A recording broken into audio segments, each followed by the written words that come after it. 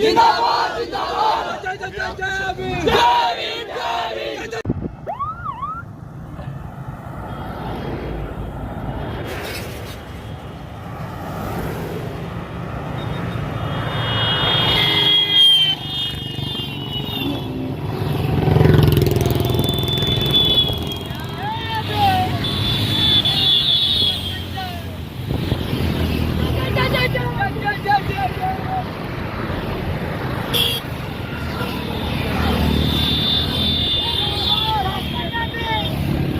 प्रधानमंत्री बनेंगे और अब चंद ही आने वाले 5-10 सालों के अंदर हमारे भाई चंद्रशेखर आजाद जी प्रधानमंत्री होंगे और हम फिर उन्हें है। जिंदगी में कई इम्तिहान अभी बाकी है, अभी तो थामी है मुट्ठी भर जमीन हमने नगीना की, अभी तो थामी। एक आपको शेर सुनाऊंगा कि जिंदगी की असली उड़ान अभी बाकी है।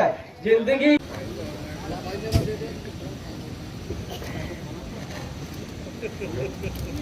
उनके आजाद समाज पार्टी का दामन थाम रही है, तो हम इनको बहुत बहुत मुबारकबाद देते हैं। और इन्होंने आज एक पहल की है लेडीज होने के नाते। और ना जगते बाबा साहब आंदे पिछड़े लोग पछाड़े ही रह जाते तगड़े ना जगते बाबा साहब आंदे।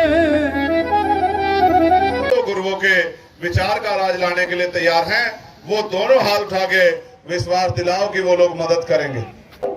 एक दो लोग ऐसे हैं उनके मन में अभी कोई शंका है, वो अभी इंतजार करेंगे कि माहौल किधर का चल रहा है। और मेरी नजरें बड़े काम बहुत दिनों से दिला रहे हैं कि झूठे विश्वास से इसका सुरेंद्र का मनोबल की राजनीति ना हो, जो मुद्दे पीछे रह जाएं और वो बेफालतू के विषय आगे बढ़ते रहें। इसलिए मैं आपका पुनः जब हम जम्मू उतरे गाड़ी में चर्चा कर रहे थे कि जम्मू में लोग किस तरह इकट्ठा होते हैं, वहां की रैलियां किस तरह की होती हैं, वहां के मुद्दे क्या क्या हैं। आज इस चुनाव के कारण हमें उनको जानने का मौका मिलेगा। मैं देश की पार्लियामेंट में सभी प्रदेशों के मुद्दे उठाता हूं, लेकिन जम्मू कश्मीर के मुद्दे यहां से चर्चा ना हो पाने के कारण बहुत बड़े पैमाने पे मेरे सामने नहीं आए। लेकिन आज जब आए हैं तो मैं आपको वचन देके कहता हूं, इस बार जब पार्लियामेंट चलेगी आपके यहाँ के समस्याओं पे भी जोरदार आवाज उठाने का काम हम लोग पार्लियामेंट में करेंगे। इस बार रामगढ़ विधानसभा में है, कोरोना काल के समय सांबा रेलवे स्टेशन में ट्रेन का रुकना बंद हो गया था, आज तक भी ट्रेन सांबा नहीं रुकती है, लोगों को जम्मू जाना पड़ता है या कठुआ।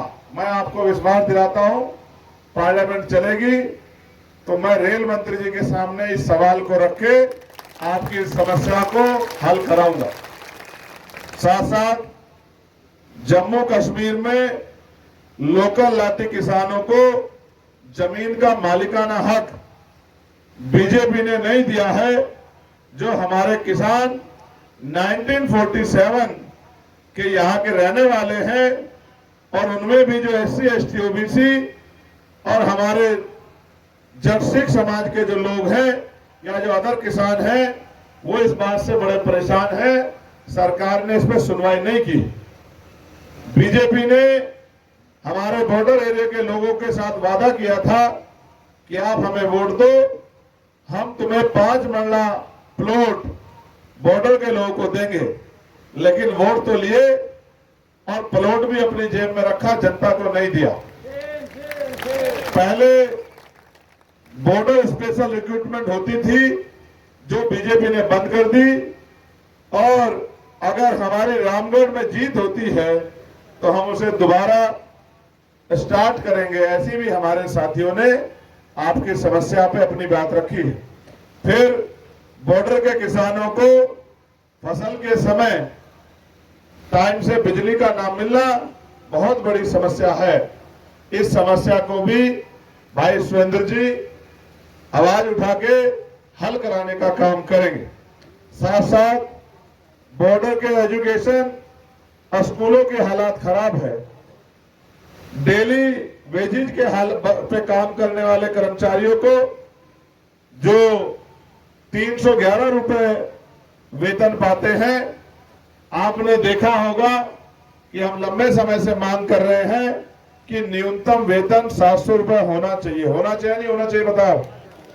मैं आपको विश्वास दिलाता हूं, बहुत जल्द इस देश में न्यूनतम वेतन 700 रुपए होगा। उसके लिए हम लोग एडी चोटी का जोड़ लगा के पार्लियामेंट में संघर्ष करके कानून बनवाएंगे।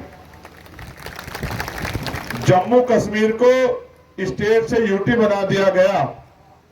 हमारी पार्टी स्टेट रूट की लड़ाई को लड़ेगी। आप लोग चाहते हैं स्टेट बने?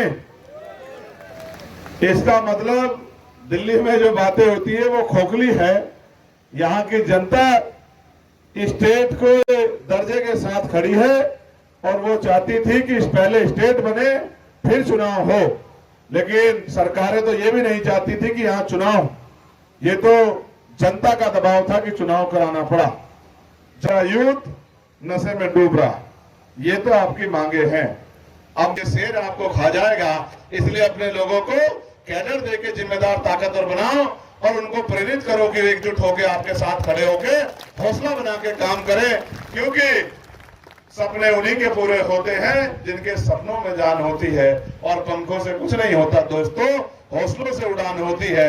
हम तो देश भर में संघर्ष कर रहे हैं और हमें अपने संघर्ष पे भरोसा है, हमें अपने स्वाभिमानी समाज पे भी भरोसा है, हमें अपने दलित, पिछड़े, सिख, मुसलमान तमाम भाइयों पे भरोसा है, हमें अपने किसान भाइयों पे भरोसा है कि वो हमें मौका देंगे। जब वो हमें मौका देंगे तभी तो उनकी समस्याओं के लिए हम लोग लड़ पाएंगे। आप महसूस करो, मैं भारतीय जनता पार्टी का हाल आपको बता चुका कि उन्होंने आपके साथ क्या किया। रही बात कांग्रेस की, ये बहुत अच्छे लोग हैं और मुस्लिम भाइयों को इनकी सरकार का उदाहरण देखना हो तो हिमाचल में इनकी सरकार चल रही है।